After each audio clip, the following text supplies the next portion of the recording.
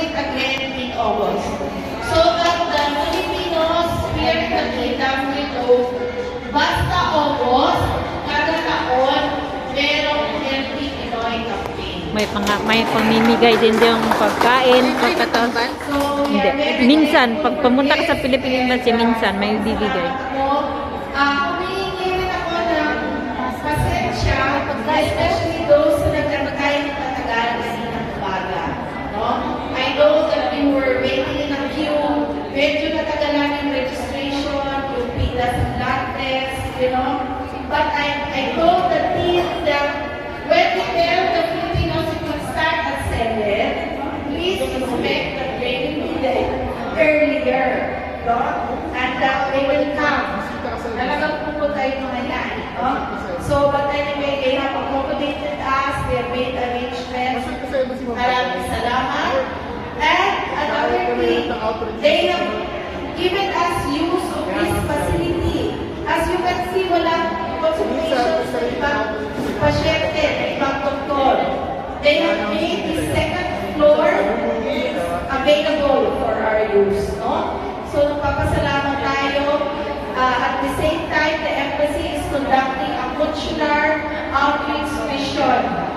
So, kung sa hindi pa po nakakaalam, nandito po yung ating MWO, Migrant Workers Office, led by OIC Celia Cabadonga, yung ating OWA, led by Welfare Officer Doc Adel.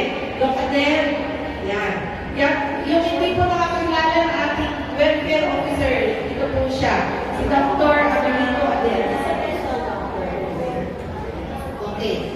And meron din po tayong SSS, gustong mag-avail ng services, gustong mag-inquire about your SSS membership. Meron tayong SSS, kumuha lang po ng number.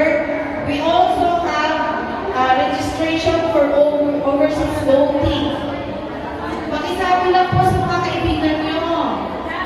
September 30, 2024, last day for registration as overseas voter for the 2025 national elections.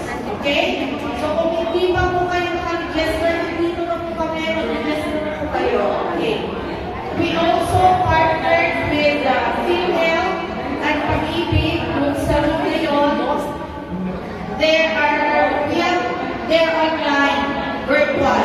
Kung gusto niyo pong magtanong about Pag-ibig at PhilHealth, the team, PhilHealth and Pag-ibig team from Manila are with us online. Pwede po kayo mag-video conference call.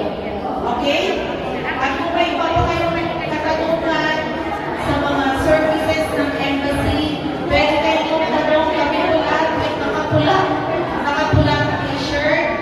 Sama rin po natin sa team sa umaga nito si Consul Brian Escardio na tutulong at lahat ng embassy team.